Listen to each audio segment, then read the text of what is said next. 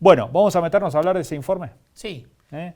Vamos a hablar con Vanessa Ruiz, gerente del Centro de Almaceneros. Se dio a conocer el índice de abril. Todo el mundo está esperando a nivel nacional el índice de abril. ¿Cuánto dio? Después de la polémica, ¿no? Claro, después de que el gobierno tuviera la idea poco feliz de anunciar que iba a retrasar el informe de inflación, no para el viernes 12, creo, 12. sino para el lunes 15, porque al medio había elecciones, ¿no? Esto de toquetear el índice, ya sea, aunque sea en cuanto a las fechas, bueno, no genera un buen recuerdo vinculado con el kirchnerismo. Hasta ahora el gobierno de Alberto Fernández venía sin tocar y sin romper ese aspecto, ¿no? Sí, bueno, estuvo cerquita de romperlo, dieron marcha atrás, se va a conocer. En Córdoba ya se conoció el índice que calcula el Centro de Almaceneros, 8,24. Altísimo. 8,24 de inflación y los alimentos arriba del 12. Así es. Estamos en comunicación con Vanessa Ruiz. ¿Qué tal, Vanessa? Buenas noches. Hola, muy buenas noches. Un saludo para Gonzalo, Marcos y, por supuesto, para todos los televidentes. Gracias por atendernos. Gracias. Vanessa, bueno, ¿cuáles son un índice altísimo, ¿no? Por donde lo miremos, tanto el índice general, los alimentos, tal vez ese sea el peor aspecto, ¿no? Del trabajo que hacen ustedes todos los meses, el que ha arrojado el incremento de los alimentos. Bueno, es así un dato más que preocupante, ¿no? Para este primer cuatrimestre que estamos cerrando con un acumulado de inflación del 30,78%. Sumándole este 8,24% y este salto, ¿no? Si vamos a expectativas, duplicamos la expectativa que tenía Sergio Massa, que quería situar el índice entre un 3,5 a un 4%, bueno, un 8,24%, lo que hablábamos, lo que bien hacía en la introducción, 211.193 pesos necesita una familia tipo para con ello no caer bajo la línea de pobreza. Y hoy ciertamente cuántos de los ciudadanos aún trabajando en blanco que no se llega a este monto. El impacto terrible de este mes y demoledor fue alimentos, 12,72%.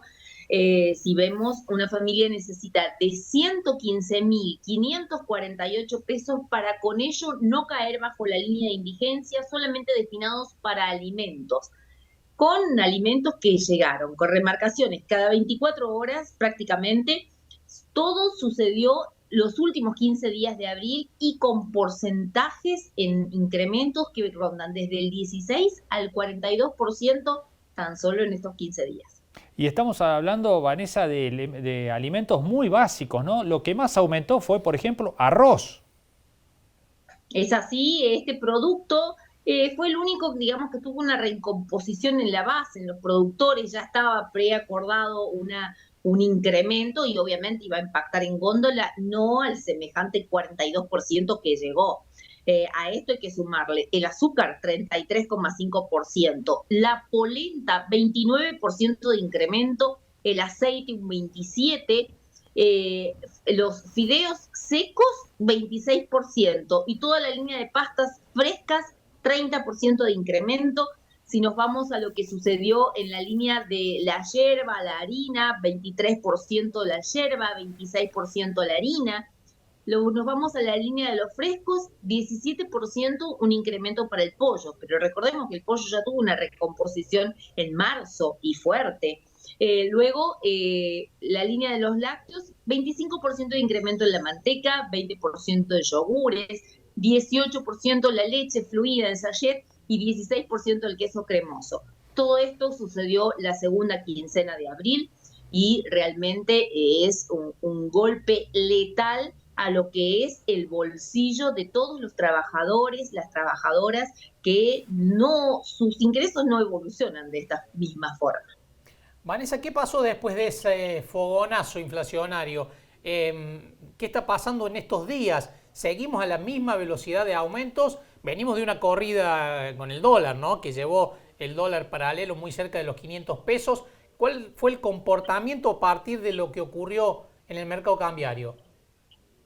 Bueno, hay todavía mucha incertidumbre, hay mucha cuotificación en la entrega de la mercadería, algo que comenzó a vislumbrarse, si bien ya venimos de meses anteriores con una cuotificación en la entrega, estas semanas se agudizó. Encontrar aceite fue una odisea para el comerciante minorista, tanto como azúcar como harina, y sabemos perfectamente que las producciones de estos productos están perfectos, o sea que acá vemos una cierta maniobra especulativa por parte de las mismas alimenticias que entregaron a cuentagotas estos productos. Sigue la cuotificación de un pedido, el 70% no llega, entonces es muy difícil llegar a hacer un stock de esta mercadería. No hay desabastecimiento porque no hay poder adquisitivo. Entonces, por eso no llegamos a un desabastecimiento. Si hoy la ciudadanía tuviese para comprar, verdaderamente no tendría todo lo que desearía comprar. Pero bueno, estamos frente a esta caída de ventas bastante profunda y con incrementos que se siguen sucediendo. Vemos que la fluctuación del dólar en estos días es hacia la baja, no hacia los listados. Claro, cuando subió sí subieron, pero ahora que baja no bajan más los precios. Nunca se ha visto en la Argentina, Claro, realmente sería para una buena portada, claro. pero no está sucediendo. Vanessa, ¿qué pasa con la gente frente a esto? ¿Cómo ven ustedes a sus clientes? Muchísima resignación, lo vemos con mucho dolor, porque siempre decimos, ¿no? Detrás de estos fríos números y estos porcentuales existe las familias y existe un plato de comida que hoy se encuentra totalmente recortado, con una expectativa de compra de la familia que en la mente y en su bolsillo llevan una cierta idea y la realidad choca y se llevan la mitad de las cosas. Si tenían pensado comprar 2 leches por día, el kilo de carne, a eso acompañarlo con un poco de verdura y un trocito de queso, se lleva una leche, se elimina el queso de la lista, la fruta no se compra, se compra un poco de verdura y se lleva un poco más de pan como para poder sostener, ¿no? Hay un fuerte cambio en los hábitos y ya no hablamos de la migración a segundas y terceras marcas, sino un recorte en sus consumos. Y cuando hablamos recorte en sus consumos, esto termina impactando en un recorte de ingestas. Ya lo medimos el año pasado, en octubre del año pasado hicimos un estudio nacional donde hacíamos referencia a los ingresos familiares y esto lo asociábamos con las compras monetarias que realizaban de productos y bueno, en los escalafones más bajos, en aquellos hogares donde tienen ingresos entre 80, 120 mil, 140 mil pesos, desaparece el consumo de frutas, desaparece el consumo de carne vacuna prácticamente, solamente aparece un poco de molida y de algo de pollo, y desaparece el consumo de lácteos. Ni hablemos de quesos, mucho menos de cremas, de mantecas, la leche va desapareciendo. Bueno, aún estábamos hablando de octubre del año pasado.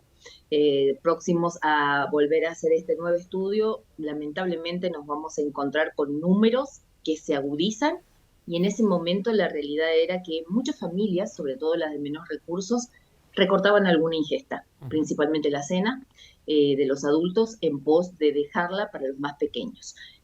Muchas veces en estos hogares también los desayunos son muy escasos o magros o lo que sucede en otros hogares es una merienda extendida que se alarga con un poco más de pan y las infusiones como para suplir la cena. Es la realidad, ¿no? De una Argentina que sí duele, porque estamos hablando de alimentos. Vanessa, muchísimas gracias por este contacto con nosotros, como siempre. Muchísimas gracias a ustedes y muy buenas noches. Hasta la Un próxima. gusto.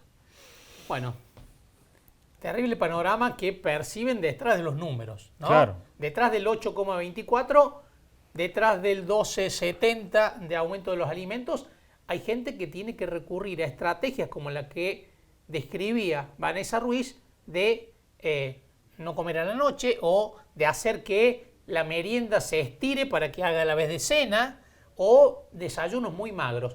Esa situación que se está agudizando, que se agudiza todos los meses con la aceleración inflacionaria que va mucho más allá de un número más alto o más bajo, sino que tiene consecuencias en el mercado laboral, en el poder adquisitivo y en la comida diaria de las familias. Así es. Bueno, vamos a una pausa. Vamos a una pausa, enseguida volvemos.